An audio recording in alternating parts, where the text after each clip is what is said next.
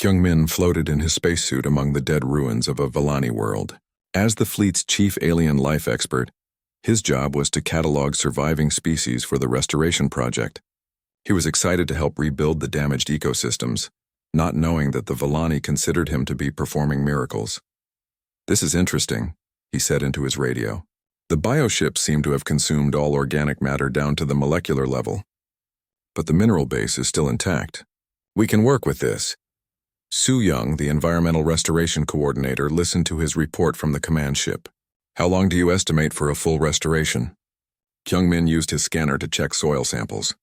"With standard atmospheric processors and seeding ships, maybe 6 weeks for basic life support. 3 months for a complete ecosystem. The real challenge will be replacing the genetic diversity." To humans, rebuilding a dead planet was just another engineering project. Earth had destroyed and rebuilt ecosystems many times. Humanity had turned toxic wastelands into garden worlds and transformed barren rocks into thriving colonies. But to the Vellani, what Kyung-min was describing was impossible. Their science said that a world consumed by the Korthak was lost forever. The bioships didn't just kill life. They erased it so completely that even the soil became sterile. Colonel Dong-hyun led the first boarding mission against a Korthak hive ship. His Marines, including Sergeant Bo Young and Private Chan Woo, were equipped for what Earth called extreme hostile environment operations. "Remember," Dong-hyun told his team as they approached the bioship, "this is an unknown alien environment. Expect toxic air, crushing gravity, acid surfaces, and aggressive life forms. Standard Earth protocols apply." The Marines wore powered armor designed for the worst environments humanity had ever encountered. Their suits could handle temperatures from absolute zero to molten metal. They could survive an acid rain, poison gas, crushing pressure, and hard radiation. What the Marines didn't know was that most galactic species would die instantly just from entering a Korthak hive ship. The air was toxic enough to kill through skin contact. The gravity was crushing. The walls leaked acid that could dissolve most known materials, but humans came from Earth. Earth's environment was so hostile that humans considered the inside of a Korthak hive ship to be challenging but manageable. "Atmosphere is toxic," reported Bo Young, as they cut through the bioship's hull. "High levels of sulfur compounds, methane, and several unknown gases. Gravity is about 3 times Earth normal." Chan Woo checked his suit readings. "Acid levels are significant but not dangerous. My suit's handling it fine. Temperature is pretty hot, but nothing worse than Venus." Dong-hyun nodded. This was exactly what he had expected from an alien ship designed for biological warfare. His Marines had trained in environments just as hostile on Earth. The team moved deeper into the hive ship. The walls were covered in a substance that looked like living meat. Strange creatures the size of dogs scuttled through the shadows. Some of them had too many legs. Others had mouths full of metal teeth. "Contact," Bo Young announced as the first Korthak warriors attacked. The Korthak were the most dangerous predators known to galactic civilization. Each warrior stood 3 meters tall and weighed half a ton. Their claws could cut through steel. Their acid blood could melt most armor. They could survive in the vacuum of space and regenerate from almost any wound. But they had never fought humans before. "Standard crowd control," Dong-hyun ordered. "Watch for acid splash." The Marines opened fire with weapons designed to stop the most dangerous creatures on Earth, other humans in powered armor. The kinetic rounds punched through Korthak chitin like it was made of paper. Private Chan Woo took a direct hit from Korthak acid blood. The green fluid splashed across his armor and began eating through the outer layer. He looked down at the damage and shrugged. "Suit integrity at 87%, he reported. "Acid's not too bad. Weaker than the stuff we trained with on Titan." Young Soo, the squad's medic, treated the injured Marines after the battle. Several soldiers had taken hits from Korthak claws. A few had been exposed to the aliens' psychic scream attacks. One Marine had breathed some of the toxic air when his helmet seal was damaged. "Minor injuries," Young Soo reported to medical command. "Some acid burns on exposed skin. A few cases of temporary hearing loss from sonic attacks. One instance of mild hallucinations from gas exposure. All personnel fit for continued duty." What Young Soo didn't understand was that minor injuries from fighting the Korthak was impossible by galactic standards. Most alien species would be killed by any one of the Korthak's weapons. The fact that humans needed only basic medical treatment after direct combat with galaxy-class predators seemed normal to him. Dr. Haywan, the fleet's chief mind doctor, interviewed Volani refugees who had witnessed the human assault on the hive ship. She was puzzled by their reactions. "They keep talking about impossible things," she told her assistant. "They claim that humans can survive in environments that should kill any living creature. They're showing signs of severe trauma from witnessing what they call supernatural events." Haywan recommended standard trauma counseling. She had seen similar reactions from humans who survived major disasters. The Volani were clearly overwhelmed by their recent experiences with the Korthak attacks. What she didn't realize was that the Volani had watched humans do things that their science said were impossible. They had seen humans walk unprotected through toxic environments that should have killed them instantly. They had watched human soldiers fight creatures that were considered unstoppable forces of nature. Commander Rion of the Engineering Corps began studying captured Korthak technology. The bioships were fascinating examples of living architecture. The walls could repair themselves. The weapons were grown rather than built. The entire ship was one giant organism. "This is brilliant design," she told her team. "We could adapt these principles for human space stations. Living walls that repair themselves. Organic computers that can think and adapt. We should definitely study this further." To Rion, the bioships were just another form of grown technology. Earth had been experimenting with living buildings for decades. Human colonies used biowalls that could filter air and grow food. Some human ships had organic components that could heal damage. But to the galaxy, Korthak biotechnology was considered the most advanced engineering in known space. The fact that humans were casually talking about improving it and adapting it for their own use was beyond comprehension. Captain Yan Wu tried to explain to his crew what he was witnessing. "The humans don't seem to understand what they're doing. They're treating the most dangerous threats in the galaxy like minor inconveniences." His science officer was studying recordings of human Marines in action. "Sir, their soldiers are moving through environments that should kill them. Their weapons are more powerful than anything in our databases. And they're doing all of this like it's routine training." Yanwu shook his head. "What kind of world did these humans come from? What kind of evolution creates beings that consider Korthak warriors to be manageable opponents?" The answer was simple, but impossible for most galactic species to understand. Humans came from Earth. Earth was a death world where everything was trying to kill everything else. Humans had evolved to survive in conditions that would destroy most other forms of life. To humans, the galaxy was a surprisingly safe and peaceful place. Most alien environments were actually less dangerous than Earth. Most alien predators were weaker than Earth's animals. Most alien weapons were less destructive than what humans used for normal tasks. Lieutenant Jun Ho submitted his daily report to Fleet Command. "Hostile forces are retreating from sectors 7 through 12. Enemy bioships appear to be avoiding direct combat with our vessels. Recommend pursuing fleeing units to prevent regrouping."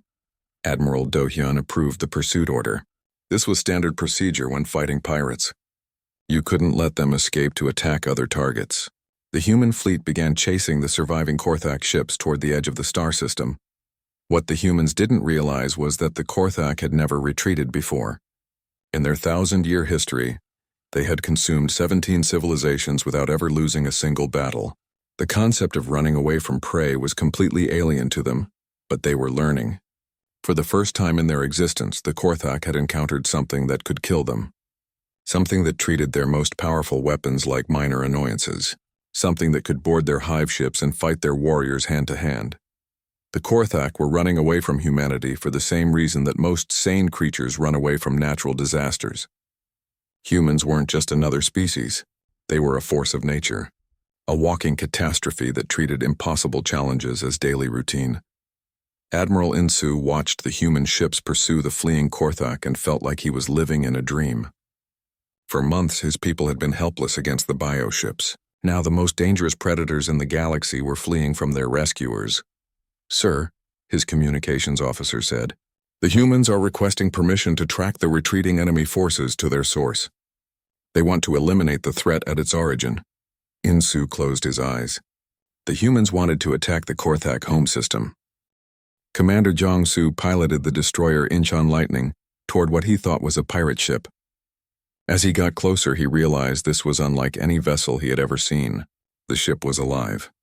It had no metal hull or engine ports. Instead, it looked like a giant sea creature swimming through space. "Sir, that's not a normal ship," said his weapons officer, Hee-Jin. She was scanning the bioship with every instrument they had. "It's some kind of living organism. But it's huge. Over a kilometer long." Jong-Soo had seen bioships before. Earth used living vessels for exploration missions in dangerous areas. They could repair themselves and adapt to hostile environments.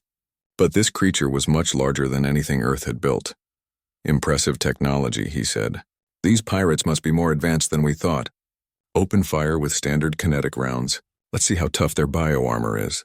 The Incheon lightning fired a spread of metal slugs moving at incredible speed. On Earth, these weapons were designed to punch through the armor of anything humans might face in battle. They could destroy asteroid mining equipment, crack open pirate bunkers, and even damage Earth's own military vessels. The kinetic rounds hit the Korthak bioship and tore through its living hull like paper. Massive holes appeared in the creature's side. Strange yellow fluid leaked out into space. "Direct hits," Hee-Jin reported. "Their armor is weaker than expected." Much weaker, Jong-Soo was surprised. The bioship looked so big and dangerous, but Earth's standard weapons had damaged it easily. Maybe these pirates were not as tough as they pretended to be. What Jong-Soo didn't know was that Korthak bioships were almost indestructible by galactic standards. The strongest weapons known to other civilizations could barely scratch their living hulls. Most alien races needed specialized weapons and months of planning to damage even one bioship.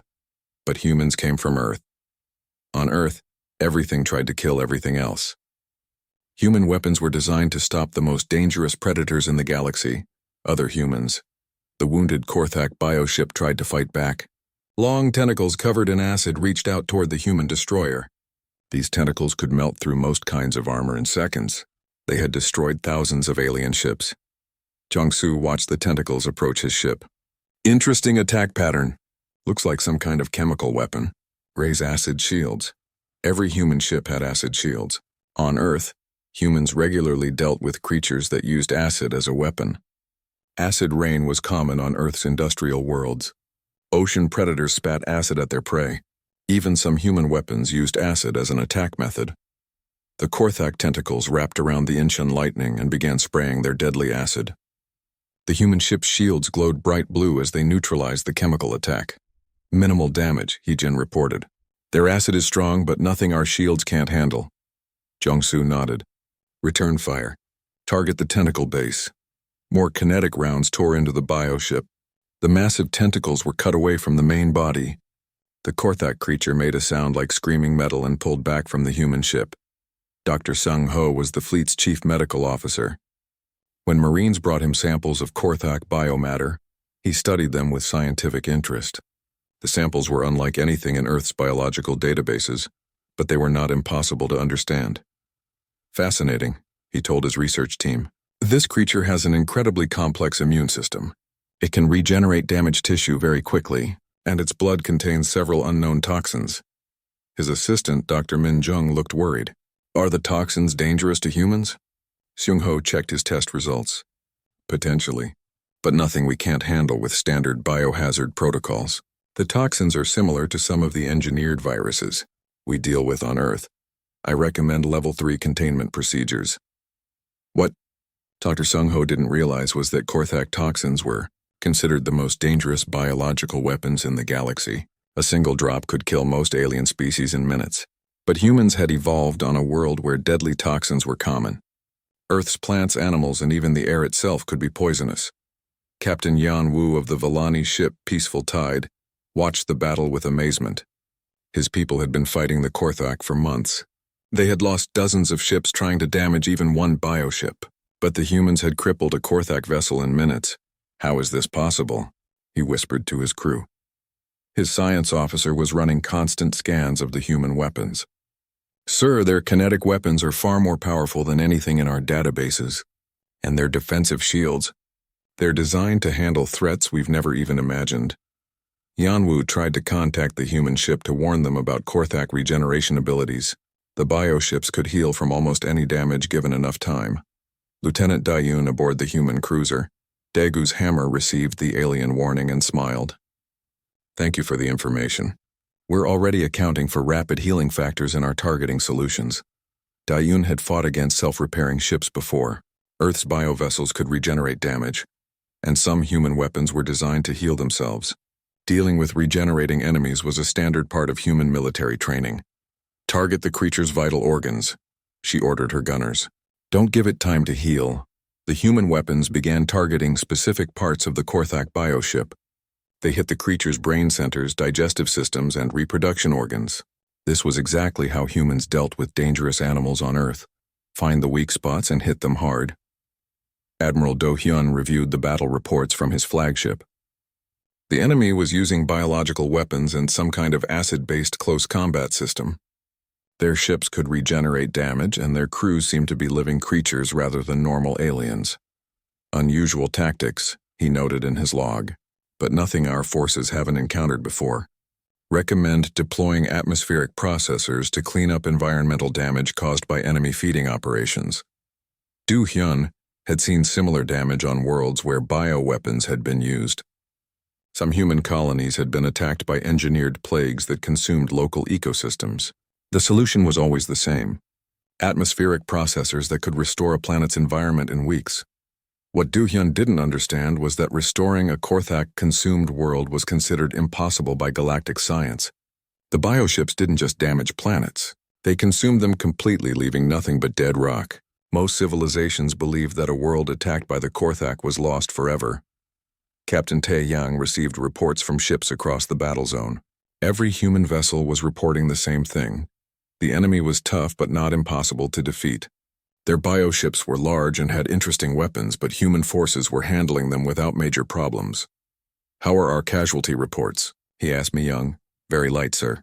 A few cases of acid burns where crew members touched contaminated surfaces. Some psychological stress from exposure to the enemy's psychic attacks. But nothing serious." Tae-yang was relieved. He had expected higher casualties when fighting such an advanced pirate fleet. But human training and equipment were proving to be more than adequate. Admiral In-soo watched the battle from his command ship and felt like he was witnessing magic. The humans were doing things that should have been impossible. They were not just fighting the Korthak. They were winning. "Sir," his communications officer said, "the humans are requesting permission to begin what they call standard cleanup operations. They want to start repairing the damage to our worlds." In-soo couldn't speak. The humans wanted to repair entire planets as a casual favor. They were treating the restoration of dead worlds like fixing a broken machine. "Tell them yes," he finally managed. "Tell them we would be grateful for any help they can provide." As the first day of battle ended, both sides began to understand that this war was not what anyone had expected. The humans thought they were fighting unusually tough pirates. The Korthak were discovering that they had encountered their first natural predator. And somewhere in the middle, the Vellani people began to realize that they had accidentally contacted the most dangerous species in the galaxy, a species so dangerous that they didn't even realize how dangerous they were. Captain Tae-yang stood on the bridge of the Soul's Pride as it dropped out of faster-than-light travel. The stars ahead looked wrong. Instead of the normal bright points of light, he saw dim red glows and empty black spaces where planets should be. "Something's not right here," said his first officer, Mi-young. She was running deep scans of the star system. Her instruments were showing readings that made no sense. "What do you see?" Tae-yang asked. Mi-young's face was pale as she read her screens. "Sir, there are no life signs in this entire system. The planets, they look like they've been stripped clean, and there are massive objects moving between the worlds. Each one is the size of a small moon." Tae-yang frowned. The aliens had said they had minor territorial disputes. This looked like something much worse. Maybe the pirates were using planet-cracking weapons. Earth had developed similar tools for asteroid mining, but using them on inhabited worlds was a war crime. "Open communications with the aliens," he ordered. The main screen filled with the face of Admiral In-soo. The alien looked like a tall, thin human with silver skin and large black eyes. He was clearly exhausted and frightened. "Human fleet," In-soo said. His voice was shaking with emotion. "You came. You actually came. We thought no one would help us." Tae-yang was surprised by the alien's reaction. He was acting like the humans had just performed a miracle. "Of course we came. You asked for help with some criminals, right? That's what neighbors do." In-soo's translator was still working badly. When he heard criminals, he almost laughed. The Korthak were not criminals. They were the most dangerous force in the galaxy, but he was too grateful to correct the human. Yes, Insu said. Very dangerous criminals. They have they have stolen from 3 of our worlds already. Taeyang nodded. Planet raiders were serious business, but Earth had dealt with similar problems in the outer colonies. Pirates sometimes used big ships to strip mine entire asteroids. It was expensive to fight them, but not impossible. We'll sort this out quickly, Taeyang promised. My fleet is experienced with this kind of problem. Captain Somin of the Busan Defender was leading the scout squadron.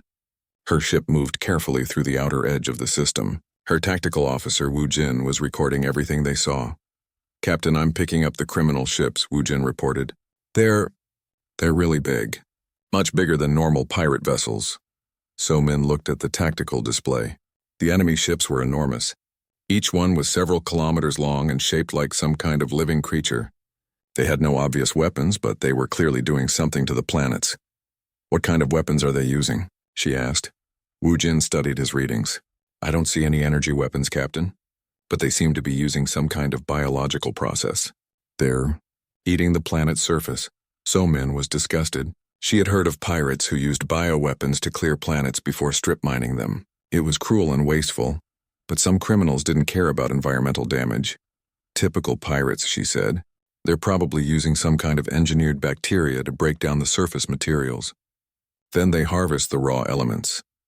Back on the Soul's Pride, Captain Taeyang was talking with Admiral Insu about strategy. The alien seemed very worried about the human fleet's safety. You must be careful, Insu warned. These criminals are not like normal pirates. They have destroyed entire civilizations. They cannot be reasoned with or bought off. Taeyang was impressed by the aliens' concern for human safety. These Valani people seemed very kind. Don't worry about us. Earth has been dealing with aggressive pirates for decades. We know how to handle dangerous criminals. Insu wanted to explain that the Korthak were not pirates. They were a force of nature, a plague that consumed everything in its path. But the translator kept changing his words. When he said world destroyers, it came out as big criminals. When he said unstoppable, it became very dangerous. How many ships do these criminals have? Taeyang asked. Insu checked his readings. Over 200 bioships. Each one carries millions of smaller attack creatures. Taeyang whistled softly. 200 ships was a big pirate fleet, but the third fleet had 800 ships. The criminals were outnumbered 4-1. This would be easier than expected. 200 ships, he repeated. That's a lot of pirates, but we've handled worse odds before. Insu stared at the human captain. Did he just say they had faced worse odds? What kind of world did these humans come from? How many wars had they fought? On Earth, Secretary Gi-hun was preparing for what he thought would be humanity's first diplomatic intervention. He had studied all the available information about the Valani people. They seemed like a peaceful, advanced civilization. He packed cultural gifts, art from Earth's greatest museums, music from every human civilization, and samples of Earth's finest foods. He also prepared 17 different peace treaties, each one designed for a different type of territorial dispute. Gi-hun was excited. This was the chance to show the galaxy that humans were civilized people who could solve problems without unnecessary violence. He imagined himself mediating between 2 advanced species, helping them find a peaceful solution to their trade disagreements. Dr. Aun Jung was the fleet's alien relations specialist. She had been studying Valani culture through their broadcasts. Everything she learned made her like them more. The Valani were artists and philosophers. They had not fought a war in over 1,000 years. Their greatest achievements were beautiful cities and amazing gardens. They seemed like the perfect first contact species. I think this will go very smoothly, she told Captain Taeyang. The Valani are clearly peaceful people, and the criminals they're fighting seem to be using standard pirate tactics. Our Marines should be able to clean this up quickly, Taeyang agreed. Once we drive off the pirates, maybe we can establish a permanent trade route. The Valani seem like good people to have as neighbors. Neither of them understood what they were really facing. The Valani were not fighting pirates. They were facing the Korthak, a species that had consumed 17 civilizations. The bioships were not pirate vessels. They were living weapons that could regenerate from almost any damage. Admiral Insu watched the human fleet move into attack formation. The ships were smaller than Korthak bioships, but they moved with deadly precision. Each vessel was covered in weapons that Insu didn't recognize. Sir, his communications officer said, The humans are requesting permission to begin what they call standard anti-piracy operations. Insu almost laughed again. Anti-piracy operations. These humans thought they were dealing with thieves and smugglers. They had no idea they were about to face the most dangerous predators in the galaxy. But as he watched the human ships take their positions, Insu felt something he had not felt in months. Hope. These humans moved like warriors. Their ships had the look of vessels built for war, not exploration. Maybe, just maybe, these strange people from a distant world called Earth could do what no other civilization had managed. Maybe they could stop the Korthak. Captain So-min received her final orders from Admiral Do-hyun. Begin standard engagement protocols. Disable the pirate ships if possible. We want to capture their leadership for questioning. So-min smiled. Understood, Admiral. My squadron will move in first and test their defenses. As the human ships moved toward the Korthak swarm, neither species understood what was about to happen. The humans thought they were about to fight advanced pirates. The Korthak thought they were about to consume another weak civilization. Both sides were wrong. The alarm bells rang through Luna Station like angry metal birds. Hyunwoo jumped from his chair and spilled coffee on his uniform. He had been Earth's top alien language expert for 5 years, but he had never heard sounds like this before. The message came from deep space. It was not like human radio waves. This signal twisted and bent through dimensions that human science barely understood. The computer screens filled with strange symbols that looked like dancing fire. "What is it?" asked Captain Lee from the command center. His voice was tight with worry. Hyunwoo wiped sweat from his face. The translation machine was working hard. Steam came from its metal sides. It's from aliens, sir. Real aliens. They're trying to talk to us." The machine made clicking sounds. Words appeared on the screen in simple English. But something was wrong. The words did not fit together right. It was like trying to read a book where half the pages were missing. The message said, "Greetings, peaceful neighbors. We request moderate assistance with minor territorial disputes. Cultural exchange welcomed. Trade agreements possible. Please send available security cooperation." Hyunwoo read it 3 times. It seemed friendly enough. The aliens wanted help with some small problem. Maybe pirates or border thieves. He had seen worse problems in the Earth colonies. "They seem nice," he told Captain Lee. "They want to trade with us. They have some small trouble with criminals or something." Captain Lee nodded. "Send this to Earth Defense Command. Tell them we found friendly aliens who need a little help." On Earth, Defense Minister Jaemin sat in his big office. The walls were covered with pictures of Earth's mighty warships. He read Hyunwoo's report and smiled. New friends in space. This was good news. He called Sunhee from the Alien Studies Department. She was the smartest person on Earth when it came to thinking about aliens. She had spent years guessing what they might be like. "Look at this," Jaemin said. He showed her the alien message on his computer screen. Sunhee read it carefully. Her eyes grew wide. "This is amazing. Real aliens, and they seem very polite." "What do you think they look like?" Jaemin asked. Sunhee pulled up her computer files. "Based on their message style, I think they come from a safe planet. Probably no big predators, no wars. They probably look soft and gentle, like the animals in Earth's old nature parks," Jaemin agreed. The aliens sounded peaceful. They asked for help very politely. They offered trade and friendship. This was exactly the kind of first contact that Earth had hoped for. "We should help them," Jaemin decided. "Call Admiral Do-hyun. Tell him to prepare a response fleet." Admiral Do-hyun was Earth's best military commander. He had fought in the Mars Rebellion and the Europa mining wars. When Jaemin called him, he was planning training exercises for the Third Fleet. "Aliens, sir?" Do-hyun asked. "Real aliens?" "Yes, friendly ones. They have some small trouble with criminals or pirates. Nothing serious. But we should help them. It will show them that Earth is a good neighbor." Do-hyun thought about this. A small criminal problem in space. Probably smugglers or raiding ships. Easy work for his Marines. "How many ships should I take, sir?" Jaemin considered. This was first contact with aliens. It had to go perfectly. Take enough to handle any problems, but not too many. "We don't want to scare them," Do-hyun nodded. "I'll take the Third Fleet. 800 ships should be enough for any pirates, plus some Marines in case we need to board enemy ships." "Perfect," Jaemin said. "Show these aliens that Earth keeps its promises." Far away in space, the aliens waited for help. But they were not worried about pirates or criminals. They were dying. The Vellani people lived on 12 beautiful planets. Their worlds had clean blue skies and gentle weather. For 1,000 years, they had known only peace. They built cities of white stone and grew gardens that could feed millions. But now their worlds were burning. The Korthak had come from the dark spaces between stars. They were not like any normal aliens. They were more like a disease that could think. The Korthak ate entire planets. They consumed everything. Plants, animals, soil, even the air itself. Vellani Admiral Insu watched his homeworld die from his command ship. The planet that had raised him was now gray and empty. The Korthak bioships, each one as big as a city, were stripping away the last bits of life. "Send the distress call again," he ordered his communications officer. "Sir, we have already sent it to every known civilization in the galaxy. No one has answered. Everyone is too afraid of the Korthak." Insu closed his eyes. The Vellani had always believed that good people would help other good people. But when the Korthak came, the galaxy had turned away. No one wanted to fight monsters that could eat stars. Then a miracle happened. The communications officer's hands shook as he read his screens. "Sir, we have a response! Someone answered our call." Insu ran to the communication station. "Who? Which civilization?" "Unknown, sir. They call themselves humans. They're from a planet called Earth, and sir, they're coming to help us."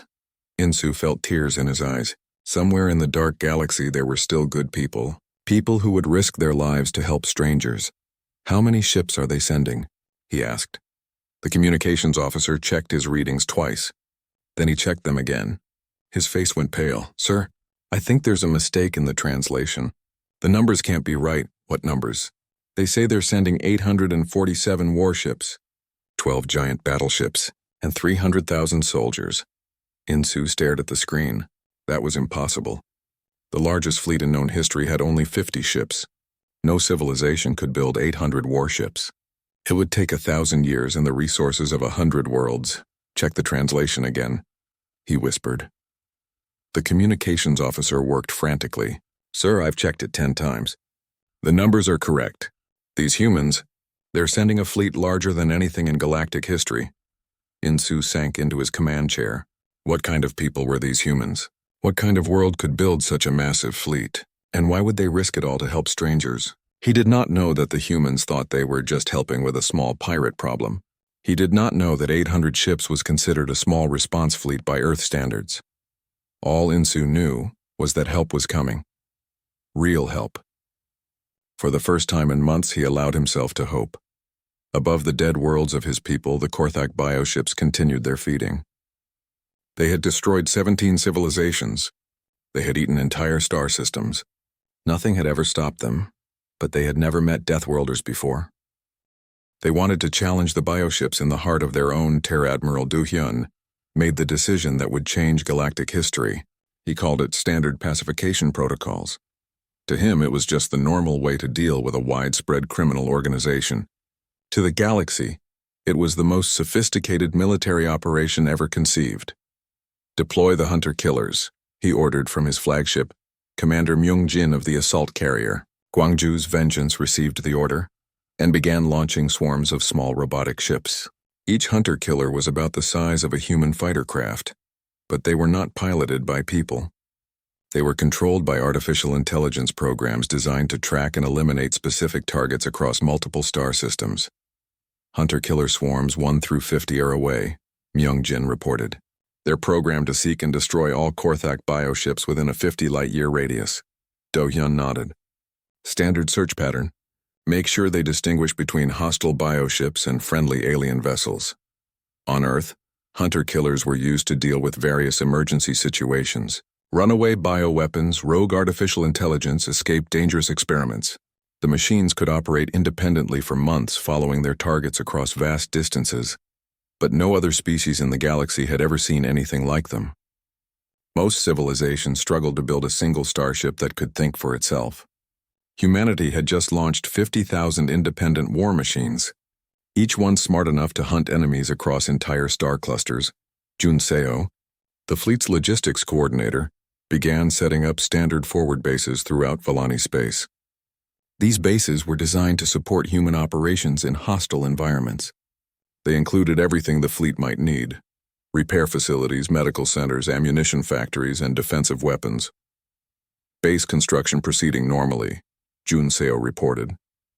We should have full operational capacity within 2 weeks.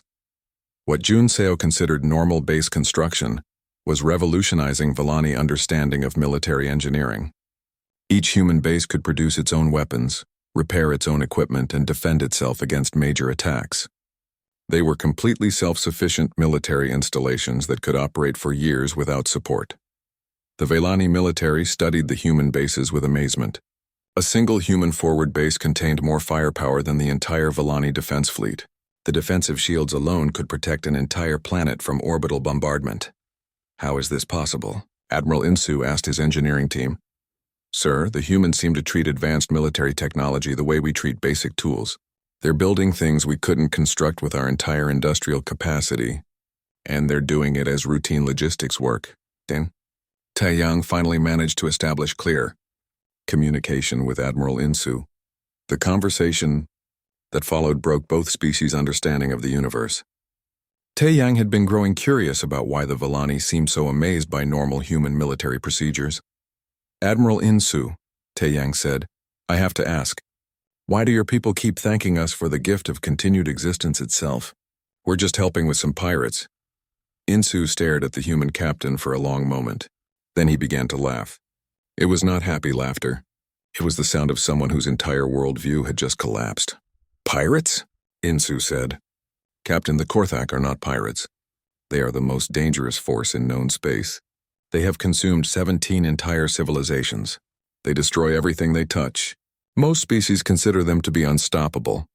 Taeyang felt confused. But they're just using bioships and acid weapons. Earth deals with similar threats all the time. Earth deals with similar threats? Insu's voice was very quiet. Captain, what kind of world do you come from? Dr. Eun Jung, the fleet's alien relations specialist, was listening to the conversation. She began to understand the scope of the misunderstanding. The humans had thought they were helping with a small criminal problem. The aliens had been facing what they considered to be an extinction-level threat. Admiral, Eun Jung said gently, could you tell us more about these Korthak? We may have underestimated the situation. Insu began to explain. The Korthak were not criminals or pirates. They were a plague that consumed entire star systems. They had been unstoppable for over 1,000 years. No weapon could harm them. No defense could slow them. No civilization could stand against them. The Vellani Republic sent distress calls to every known species in the galaxy, Insu said. No one answered. Everyone was too afraid. We thought we were going to die alone. Taeyang felt a cold feeling in his stomach. How many ships did other species send to help you? None, Insu said simply. You are the first. In galactic history, no civilization has ever willingly fought the Korthak. Dr. Minho, the fleet's strategic analyst, was reviewing galactic military databases that the Vellani had shared. What he found disturbed him greatly. According to galactic records, humanity's light peacekeeping deployment represented more military power than most civilizations possessed in their entire space fleets. Sir, Minho reported to Admiral Do-hyun, I think we may have a problem. According to these records, our third fleet could conquer most of known space without significant opposition. Do-hyun studied the data. It was hard to believe. The galactic civilization seemed so advanced in some ways. They had faster-than-light communication, beautiful cities, and sophisticated culture. But their military technology was surprisingly weak. Are these records accurate? Do-hyun asked. I've checked them multiple times, sir. Most galactic species consider a 50-ship fleet to be a massive military force. The idea of building 800 warships is beyond their industrial capacity. Do-hyun felt a growing sense of responsibility. Earth had sent what they considered to be a small intervention force. But to the galaxy, the humans had just deployed the largest military fleet in recorded history. Captain Jae-hoon of the Pursuit Squadron was chasing the fleeing Korthak toward their home system. His ships were following the bioship's retreat path, mapping their route for future reference. Admiral, Jae-hoon reported, we've tracked the enemy forces to their source. It's a massive biostructure in the Korthak home system. Looks like some kind of breeding facility. Do-hyun studied the tactical reports. The Korthak home base was enormous. It contained millions of bioships and breeding chambers for countless more. By galactic standards, it was an impregnable fortress that could produce unlimited enemies. By human standards, It was a large target that needed to be eliminated. Request permission to proceed with cleanup operations, Jae-hoon said. My squadron can handle the approach. We'll need support for the main assault. Do-hyun approved the mission. It was standard military doctrine. When fighting an enemy, you destroyed their ability to make war. You didn't just defeat their current forces. You eliminated their capacity to build new forces. Admiral Insu received word that the humans were planning to attack the Korthak home system. He felt like he was witnessing the end of the world. No sane species would willingly attack the heart of Korthak space. It was suicide. Sir, his communications officer said, the humans are asking if we want to send observers to witness what they call the final cleanup operation. Insu closed his eyes. The humans were inviting the Villani to watch them attempt the impossible. They were treating the destruction of an unstoppable enemy as routine pest control.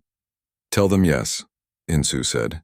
If these humans are brave enough to try this, the least we can do is bear witness. The Korthak, for the first time in their existence, felt something they had never experienced before. Fear. They had always been the predators. They had always been the unstoppable force. But now something was hunting them. The bioships that had survived the human attacks carried a simple message back to the Korthak homeworld. They had found something worse than themselves. Something that treated galaxy-class predators like annoying insects. Something that could not be stopped, reasoned with, or escaped from. The humans were coming. Dr. Yoon-jung worked frantically to establish better communication protocols with the Villani. She was beginning to understand that this was not just a military mission. This was first contact with an entire galactic civilization that lived in constant fear of threats they could not fight. We need to be very careful how we handle this, she told Admiral Do-hyun. The Villani seem to think we're performing miracles. They're treating our normal military capabilities as impossible feats of technology. Do-hyun was beginning to understand the true scope of the situation. Humanity had accidentally become the galaxy's unofficial protectors, simply by responding to a call for help with their normal level of military force. What do you recommend? He asked. We need to help them understand that we're not supernatural beings, Yoon-jung said. We're just people who happen to evolve on a very dangerous world. But we also need to be prepared for the fact that the galaxy apparently needs our help with threats they can't handle alone. As the human fleet prepared for the final assault on the Korthak home system, both species began to understand that the universe was about to change forever. The galaxy was about to learn that somewhere among the stars, there was a species that treated impossible challenges as routine problems.